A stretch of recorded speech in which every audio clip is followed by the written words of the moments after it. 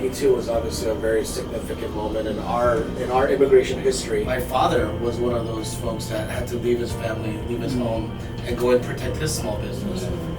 Let's not just limit this to a planning committee, but let's keep the dialogue going and make sure that instead of just having this be an annual meetup, let's continue the conversation throughout the year to keep ourselves, accountable.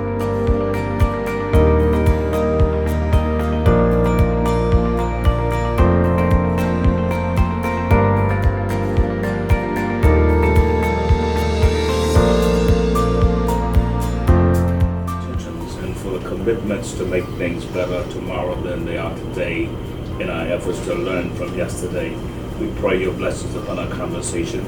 I see fire just right there, the smoke and everything. It's going to be the same or worse, so, and I have to be where I can be of service to them. Back to those 2 carloads of people, I said, they weren't black, they were Latino.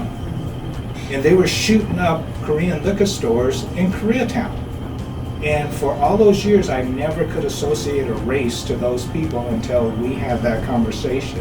And I heard him say Latinos felt the same way about Koreans that the African Americans did.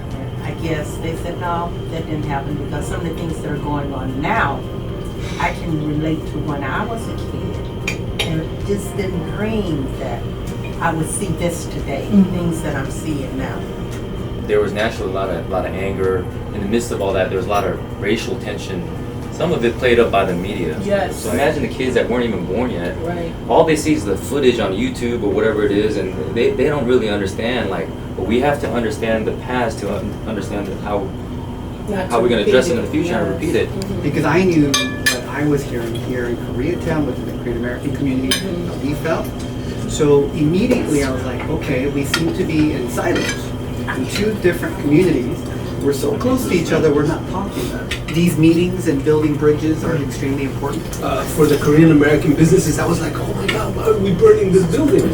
I was in shock. Like, Emil, you described it perfectly for me. I felt like I was in another world.